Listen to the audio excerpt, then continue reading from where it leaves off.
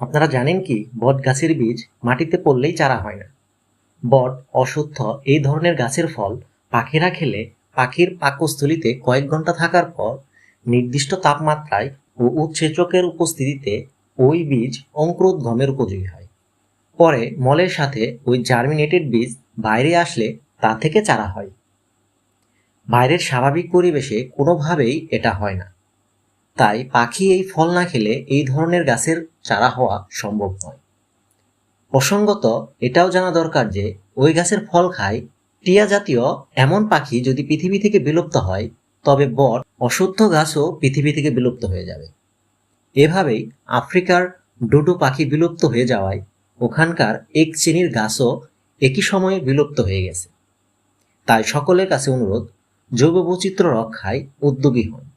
কারণ ছোট ছোট কীটপতঙ্গের উপরেও অনেক বড় জীব প্রজাতি নির্ভরশীল, আমরা সেটা হয়তো জানিই না।